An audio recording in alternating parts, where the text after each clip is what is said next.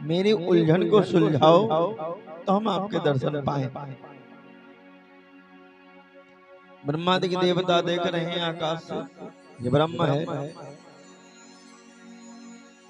अपने भक्तों की किस प्रकार बात मानता है। भगवान ने उस गोपी के केस उसकी नथनी से अलग किए और उस गोपी ने कन्हैया का दर्शन किया। ऐसा मेरा ये दिलदार है, इसकी छटा देख करके कौन मोहित न हो जाए। रसिक जन कहते हैं, घूमते हैं कि बांके बिहारी की देखी छटा, मेरो मन हो गयो लटा पटा। भगवान माखन चोरी की लीला कर रहे हैं। एक दिन की बात है कि गोपियां स्नान करने गई। स्नान तो बराबर जाती है रोज करने, लेकिन भगवान के मन में विचार आया कि आज गोपियों को हम वो शिक्षा देंगे जो उनके जीवन के लिए परमावश्यक है। भगवान अपनी बाल मंडली के साथ यमुना तट पे पहुंचे और जितनी गोपियों के वस्त्र रखे थे सब उठा के पेड़ पे टांग दिए। गोपियां स्नान कर रही, वो तो जान नहीं पाई। जब स्नान करके बाहर निकलने का विचार किया तो देखा कपड़े गायब। अब कपड़े तो है नहीं तो बाहर निकले कैसे। अब गोपियां यमुना जल में खड़ी। एक गोपी की नजर पड़ गई कन्हैया के चरण पे। ए कन्हैया, अरे माखन चोरी तो करता ही था, कपड़े की भी चोरी करने लगा। कपड़े क्यों उठाए? भगवान ने कहा हमने कहा उठाए। अरे वो तो हमने तुम्हारी सहायता करी है, जमीन पे पड़े थे तो उठा के हमने टांग दिए। अब आ जाओ, अपने कपड़े ले जाओ। गोपियों ने कहा हम कैसे आ जाएं? कहा क्यों आ नहीं सकती हो? पैर नहीं है तुम्हारे? गोपियों ने कहा पैर तो हैं, लेकिन हम जिस अवस्था में जल में हैं उस अवस्था में हम जल से बाहर नहीं आ सकते। क्यों क्यों नहीं आ सकते? किस अवस्था में हो? गोपियों को कहना पड़ा कन्हैया, हम गोपियों ने वस्त्र नहीं पहने। अच्छा, अरे तो कोई बात नहीं, हम तो नन्हे से छोटे से बालक हैं तुम्हारे, आ जाओ। कहा नहीं कन्हैया, ये धर्म विरुद्ध है। हम ऐसा कार्य करेंगे तो हमें अपराध लगेगा और हमें अपराध से भय लगता है। अच्छा, तुम्हें अपराध से भय लगता है, लेकिन तुम अपराध तो रोज कर रही हो। तुम अपराध रोज कर रही हो गोपियां। गोपियों ने कहा कन्हैया, हम सब अपराध कर रही हैं। हाँ, कैसे? कहा एक बात बताओ। अरे मेरे सामने आ जाओ, फिर कोई बात नहीं, क्योंकि हम तो छोटे से हैं, 5 वर्ष के नन्हे बालक। लेकिन जिस जल में तुम निर्वस्त्र होकर के स्नान करती हो ना, उस जल के देवता कौन है मालूम? जल के देवता हैं वरुण देवता। और तुम निर्वस्त्र होकर के स्नान जल में करती हो, तो बताओ भला तुम्हें पुण्य मिलता है या अपराध मिलता है? हे गोपियों, कहीं भी स्नान किया जाता है, वहां निर्वस्त्र होकर के स्नान नहीं किया जाता है। तुम्हारे अंग पे वस्त्र होने चाहिए, क्योंकि जल के देवता वरुण देवता हैं। तुम निर्वस्त्र होकर के यमुना में स्नान करती हो तो तुम्हें पुण्य के बजाय पाप लगता है, तुम्हें दोष लगता है। इस दोष से, इस पाप से बचाने के लिए मैंने तुम्हारे कपड़े चुराए और मैंने तुमको ये बात बताई कि यमुना में ही नहीं कहीं भी निर्वस्त्र होकर के स्नान नहीं करना चाहिए। सभी गोपियों ने कसम खाई कि हे कन्हैया, आज के बाद हम कहीं भी कभी भी निर्वस्त्र होकर के स्नान नहीं करेंगे। इसलिए भगवान ने वो वस्त्र चुराए। 5 वर्ष के हमारे कन्हैया बड़े प्यारे हैं, बड़े प्यारे हैं, बड़े टेढ़े हैं, बड़े ढीठ हैं। ऐसे ऐसे काम करेंगे कुछ पूछो ना। एक समय की बात है, यमुना मैया का पूजन होना है। अब यमुना जी का पूजन होना है तो बड़ी व्यवस्था बननी है। रोहिणी जी ने कन्हैया से कहा है, कन्हैया तुम कल यमुना पूजन पे नहीं जाओगे, तुम कल तुम्हारे लिए छूट है। अपने ग्वाल बालों के साथ, अपने मित्रों के साथ ब्रजमंडल में खूब धूम मचाओ, खूब धूम मचाओ, खूब उधम करो, कल तुम्हें कोई नहीं रोकेगा। लेकिन तुम पूजन में नहीं जाओगे, क्योंकि तुम जाओगे तुम्हारे जितने साथी हैं सब यमुना तट पे जाएंगे, और यमुना में इस समय तेज प्रवाह है, और कहीं एक बालक भी गिर गया ना यमुना में तो ढूंढने से नहीं मिलेगा। है कन्हैया तुम नहीं जाओगे। अब रोहिणी मैया ने डांट लगाई है भाई, बड़ी मैया ने डांट लगाई है। अब कन्हैया क्या करे? मन में कन्हैया सोच रहे हैं कि मेरी यमुना का पूजन और मैं ना जाऊं।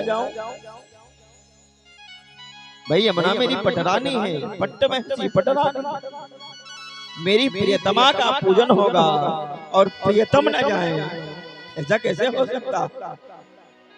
वो मेरी प्राण वल्लभा है और हम उसके प्राण वल्लभ हैं। प्राण वल्लभा का पूजन हो, प्राण वल्लभ न जाए, प्राण वल्लभ का पूजन हो, प्राण वल्लभा न जाए, ऐसा नहीं हो सकता।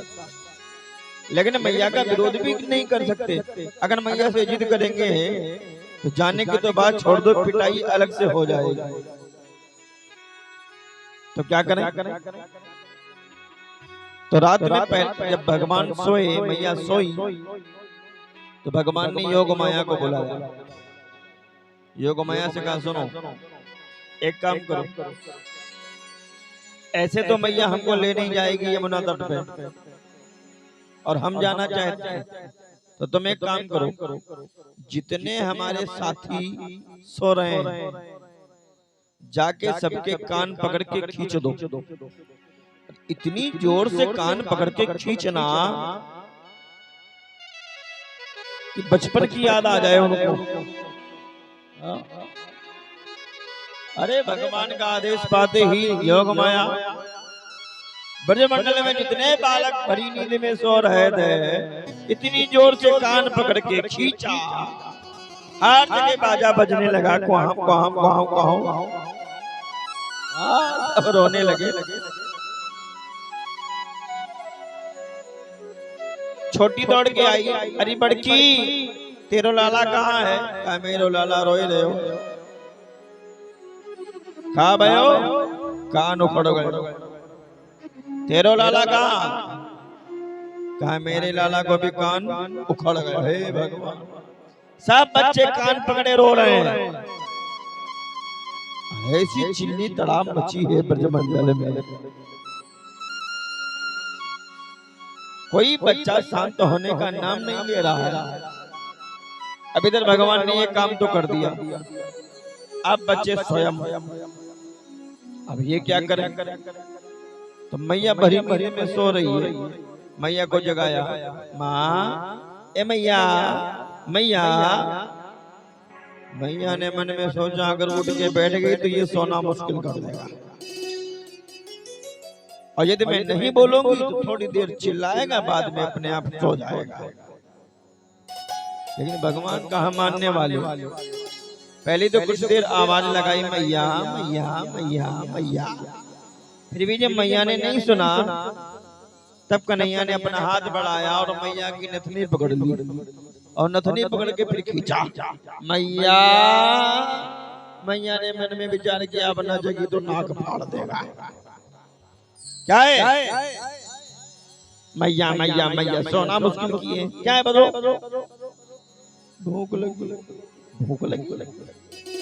अभी तो खा के सोया था, अभी अभी कौन खा रहा था? अभी तो खा के सोया है, दूध पिया, माखन खाया, रोटी खाया और जो इंतजाम बनाया उसमें से थोड़ा थोड़ा खाया।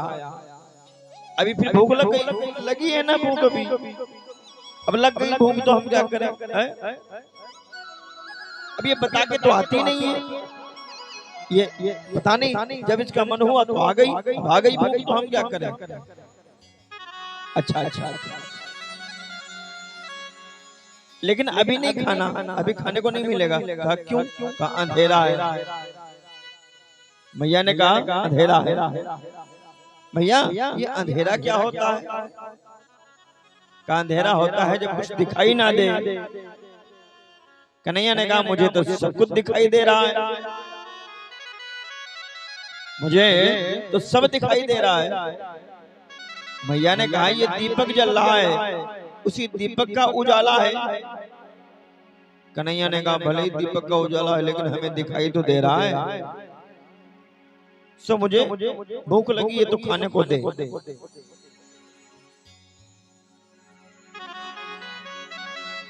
नाना प्रकार के पकवान मैया ने घर में बना के रखे हैं सुबह पूजन के लिए। मैया ने मन में सोचा उसमें से ही कुछ निकाल के दे देंगे, सो कन्हैया खा लेगा। क्या खाएगा बोल? इतनी चीजें बनी हो, उन चीजों से में से बता क्या चाहिए वो ला के दे दूं। क्या वो नहीं खाऊंगा कुछ, वो जो आपने बनाया है बढ़िया नहीं बनाया। तो क्या खाएगा? क्या खाएगा? क्या मक्के की रोटी खाऊंगा और माखन खाऊंगा, वो भी ताजा। मक्के की रोटी खाऊंगा और माखन खाऊंगा, माखन रोटी, वो भी ताजा माखन।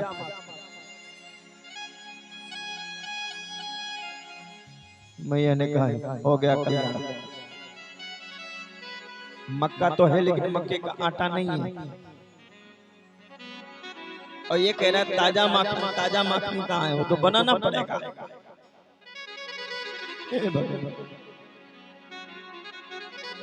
और ये कार्य माँ के सिवा कोई कर भी नहीं सकता।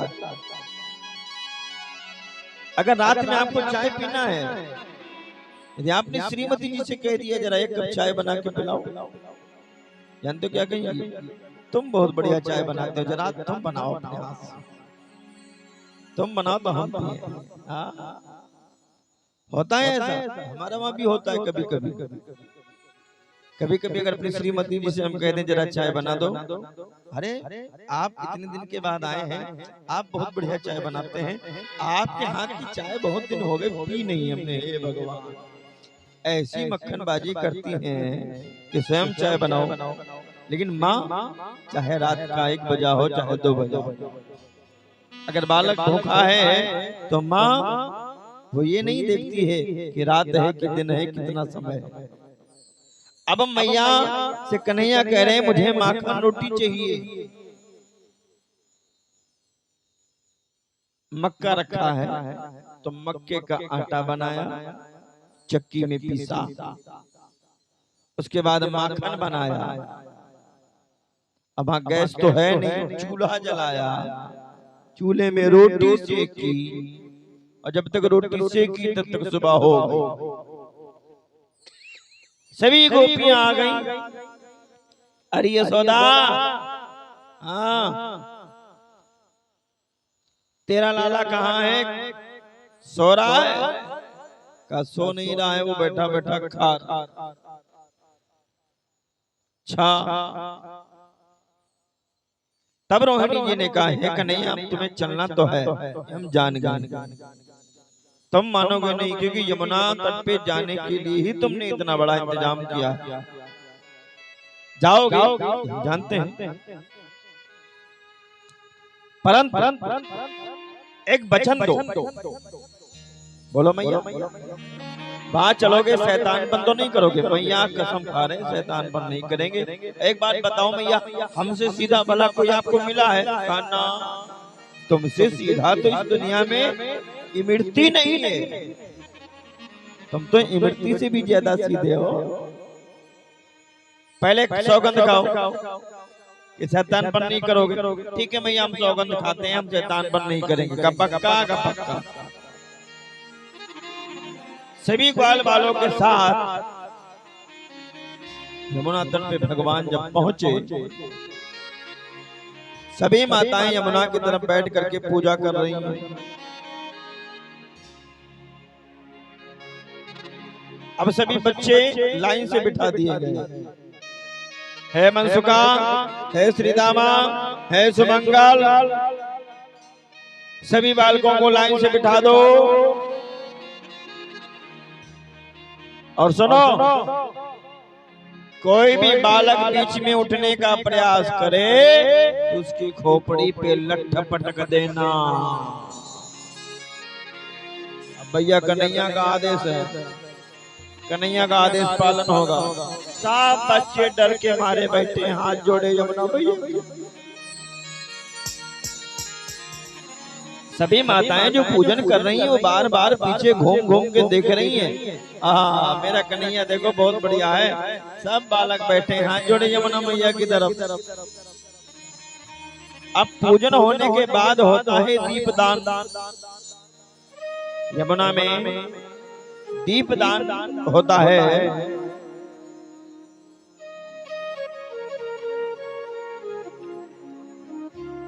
अब सबने दीपक जलाए और दीपक जला के यमुना में छोड़े। जैसे ही यमुना में दीपक छोड़े, दीपक छोड़ने के बाद सबने आंख बंद करी।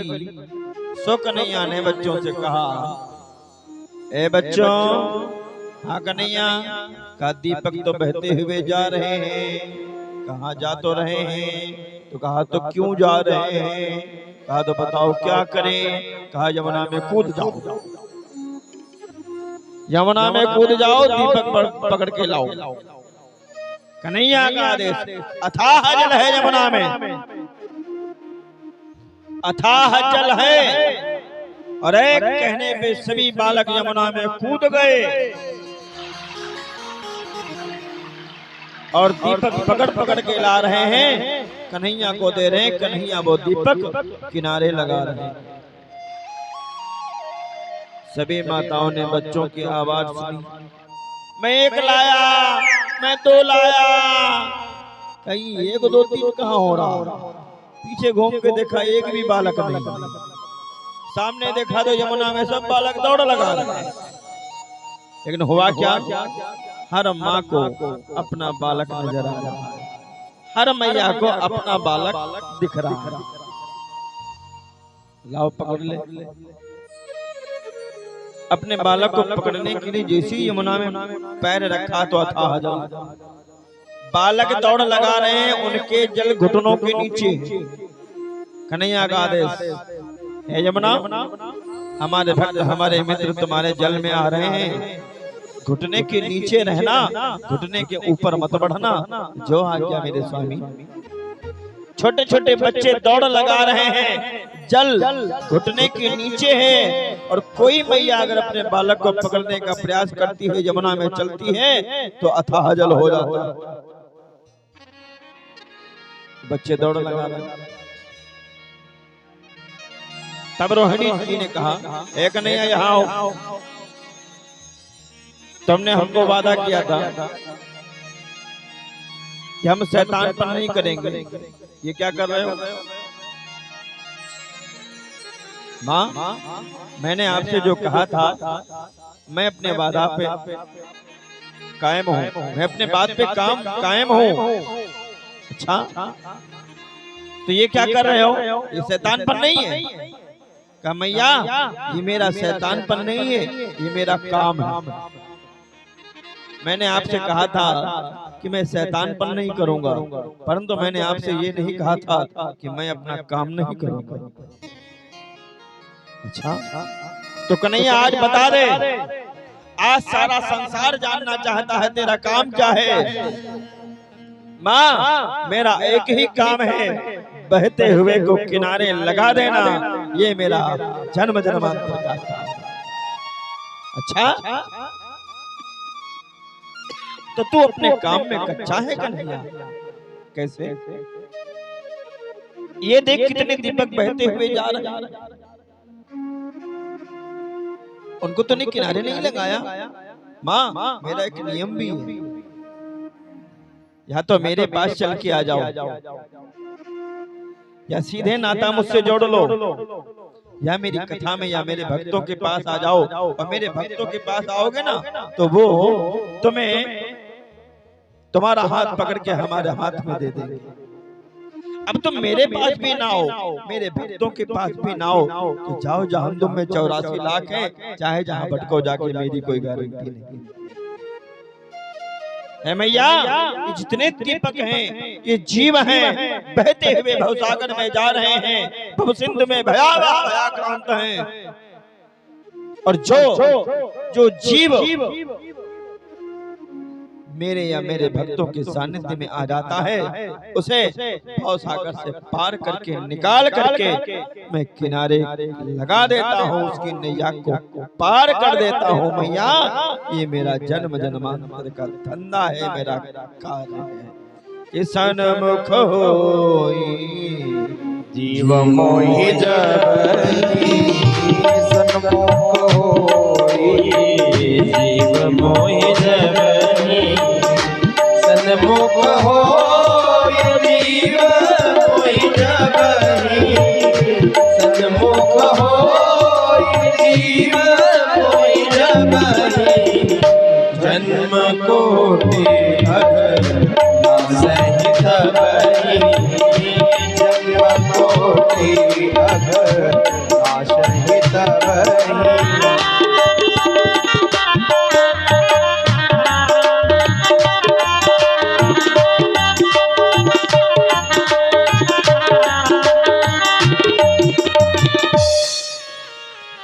सन्मुख हो ये जीव मोहि जबहि, जन्म कोटि अघनासहु तबहि। अब मेरे पास भी ना हो, मेरे भक्तों के पास भी ना हो, चाहे जहां जाओ, हमें क्या करना।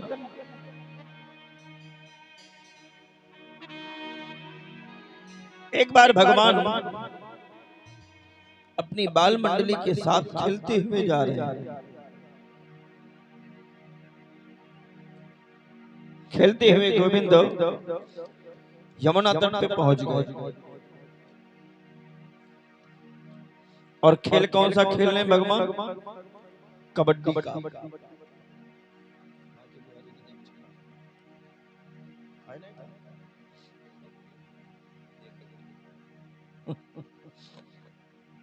भगवान खेल खेल रहे हैं,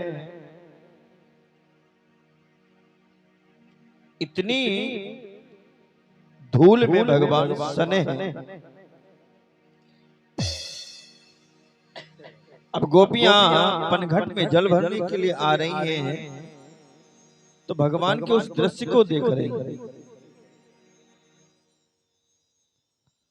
आजकल वो खेल बहुत कम हो गए। जो हमारे पुराने खेल थे बचपन के, आजकल अगर किसी से पूछ लो तो पता ही नहीं पाएंगे। एक खेल होता था खो, मालूम?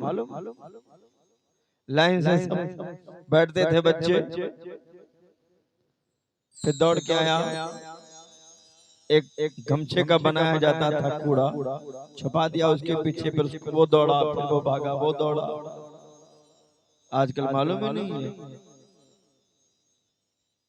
पहले एक खेल होता था, अरे बाबा बाबा नींबू दे दो। ये सब बचपन के खेल होते थे, छोटे छोटे बच्चों के। वो खेल आज कहाँ गए, कहाँ चले गए? क्योंकि आजकल वो लगाव ही नहीं रहा, वो स्नेह प्रेम नहीं रहा ना। पहले गांव का कोई अतिथि आता था, गांव का, तो ऐसा लगता था कि वो हमारे घर का मेहमान है। वो गांव का दामाद होता था, लेकिन उसका स्वागत इस प्रकार से पूरा गांव करता था कि लगता था कि वो हर घर का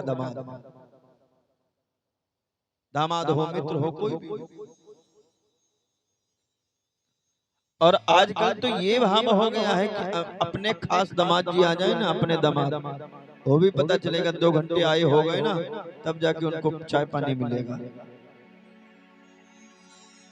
हाँ, पहले कोई मेहमान आता था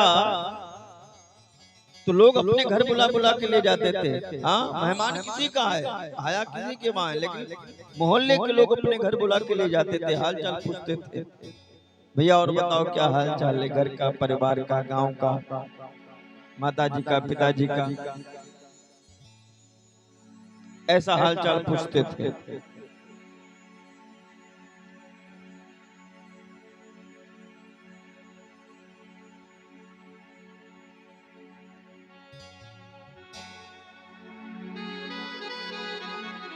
लेकिन आज पहले कोई भी चीज होती थी ना, मेहमान आ गया, मान लो आपके वहां दाल चावल रोटी सब्जी बना था, लेकिन कोई चीज इसमें कम हो गई और अचानक मेहमान आ गए 2-3, तो मेहमान जान नहीं पाते थे कि दाल कहां से आ गई, रोटी कहां से आ गई, सब्जी कहां से आ गई। पड़ोस से भोजन आ जाता था, पड़ोसी से भोजन ले लिया जाता था। इतना लगाव था, इतना प्रेम स्नेह था लोगों के प्रति, इतना भाव था। क्यों था? पहले मोहल्ले मोहल्ले के लोग, गांव गांव के लोग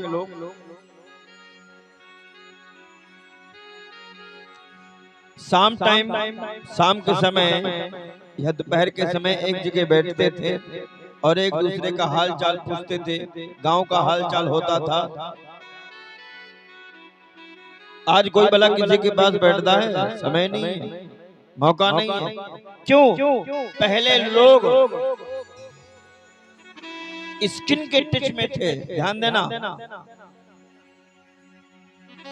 पहले सब लोग स्किन के टच में थे और आजकल लोग स्क्रीन के टच में हैं, इसीलिए लोग अलग हो गए। पहले शरीर के टच में थे लोग और आजकल मोबाइल के टच में है। कहीं अगर पहुंच जाओ तो मोबाइल देख रहे हैं, I miss you, I like you, I love you, touch में हो रहा है, मोबाइल हालचाल हो रहा है। अब कोई पहुंच गया है, अच्छा राधे राधे, नमस्ते, बैठे हो, आ गए। अब 10-15 मिनट बाद याद आया, अरे भैया आए हैं, चाय लाओ। उसके 10-15 मिनट के बाद हाल चाल पूछा। एक बार मेरे साथ ऐसा हो चुका, मैं नेपाल में भगवान की कथा कहने गया और एक श्रीमान जी आए, बहुत बड़े आदमी थे, बढ़िया अच्छे सम्मानित व्यक्ति थे। अब वो आए हमसे मिलने, वो हमसे मिलने आए और हम मोबाइल में लगे, मोबाइल देख रहे हैं।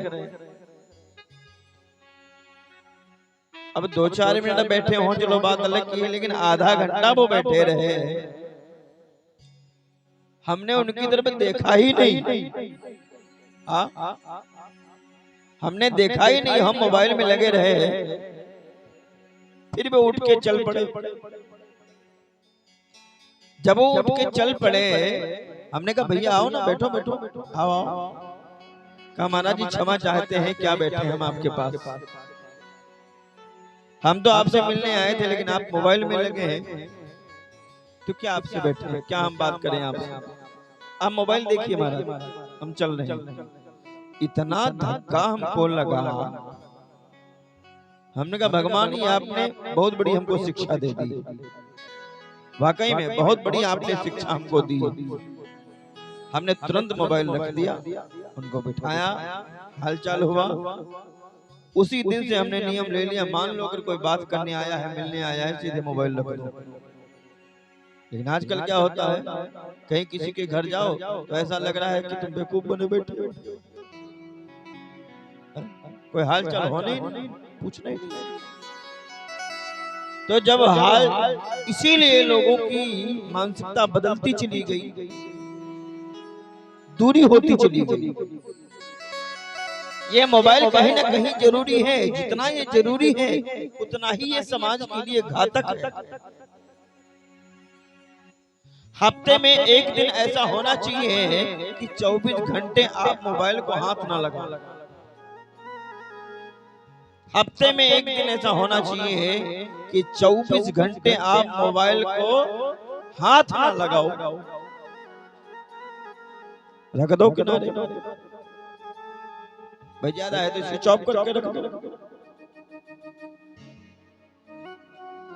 तो पहले लोग मानव के टच में थे, इंसान के टच में थे, तो आपसी प्रेम था, लगाव था। किसी को चोट लगती थी तो पूरा गांव इकट्ठा होता था, व्यवस्था होती थी, चलो भाई दिखाओ दिखाओ दिखाओ। आज कोई अगर गिर भी जाता है ना, चोट लग भी जाती है, तो दिखाने की तो बात छोड़ दो, सबसे पहले मोबाइल निकलता है वीडियो बना, कैसे गिरा, किस एंगल से गिरा, ऐसा होता है। हमारे कन्हैया कबड्डी खेल रहे हैं, कबड्डी का खेल खेल रहे हैं, उनके शरीर पे अंग प्रत्यंग पे है जो कण लगे हैं, मिट्टी की धूल लगी है, भगवान की श्याम आभा है, जो कण है वो सफेद है, भगवान के तलवे लाल हैं, रक्त कांति है। ऐसा लग रहा है कि तीर्थराज प्रयाग उस खेल के मैदान में खेल खेल रहे हो। गोपियां जल भरने पनघट पे आई हैं और भगवान की आभा प्रभा को देख करके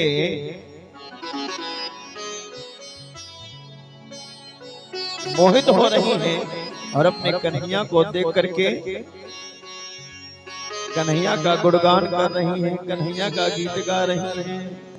सामरा मेरा सामरा, सामरा मेरा सामरा, सामरा मेरा सामरा, सामरा मेरा सामरा, ले गया दिल जिगर,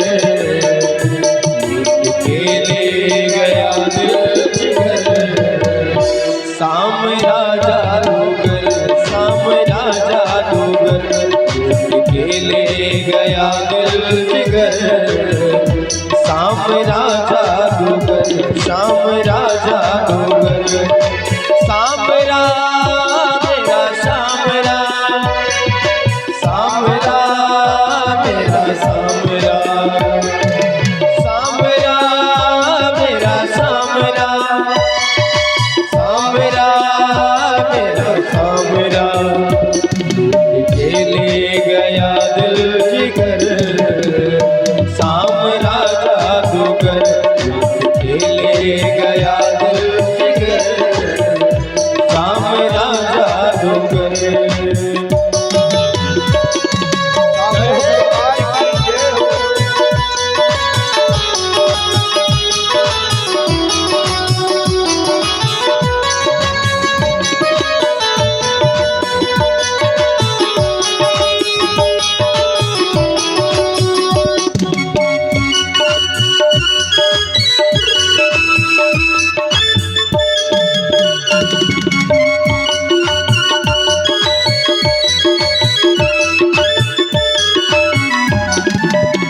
तो गई भरने को यमुना में पानी, मैं तो गई भरने को यमुना से पानी, देख छवि नटखट की हुई मैं दीवानी, देख छवि नटखट की हुई मैं दीवानी, मैं तो गई भरने को यमुना में पानी, मैं तो गई भरने को यमुना में पानी, देख छवि नटखट की हुई मैं दीवानी, देख छवि नटखट की हुई मैं दीवानी, उसने मारे जो उसने मारे जो, उसने मारे जो तिरछी नजर, सामरा जादूगर, उस मारे जो तिरछी नजर, सामरा जादूगर लूट के ले गया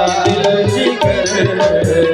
सामरा जादूगर, सामरा जादूगर, सामरा मेरा सामरा, सामरा मेरा सामरा, सामरा मेरा सामरा, सामरा मेरा सामरा, लूट के ले गया दिल जिगर, लूट के ले गया दिल जिगर। सामरा जादूगर लूट के ले गया दिल जिगर, सामरा जादूगर।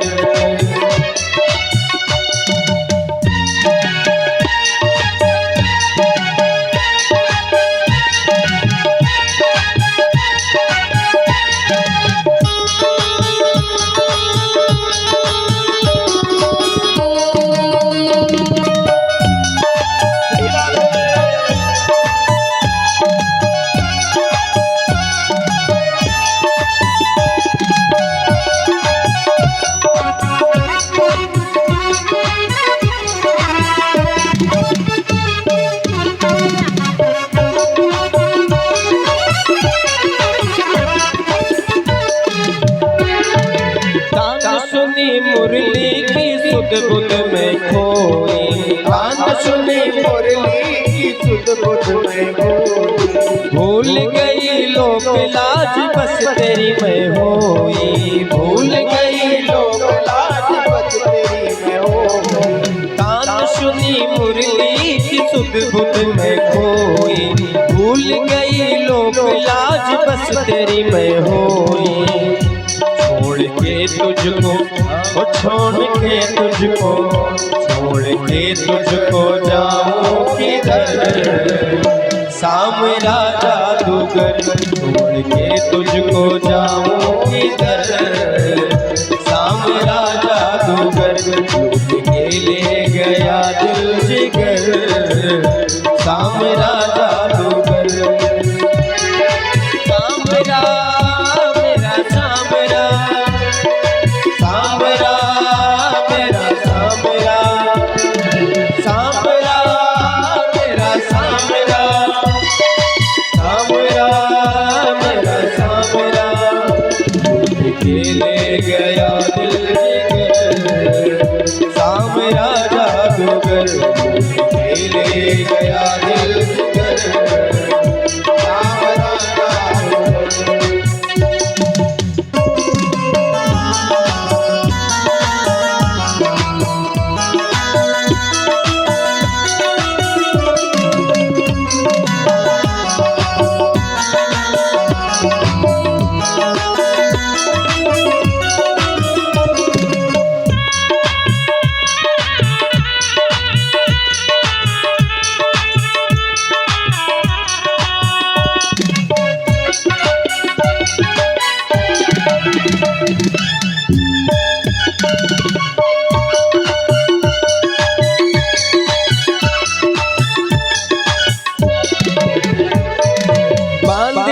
रमण तुझसे आशा की लड़ियां, बांध ली रमण तुझसे आशा की लड़ियां।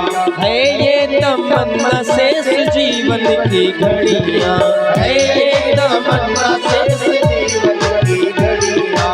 बांध ली रमण तुझसे आशा की लड़ियां, है ये तमन्ना शेष जीवन की घड़ियां। तेरे चरणों में, ओ तेरे चरणों में, तेरे चरणों में जाए गुजर। सामरा जादूगर तेरे चरणों में जाए गुजर। सामरा जादूगर लूट के ले गया दिल जिगर। सामरा जादूगर, सामरा जादूगर, सामरा मेरा सामरा, सामरा मेरा सामरा, सामरा मेरा सामरा, सामरा मेरा सामरा, लूट के श्याम राजा दुगर श्याम राजा दुगर श्याम राजा दुगर श्याम राजा दुगर श्याम राजा दुगर श्याम राजा दुगर श्याम राजा दुगर श्याम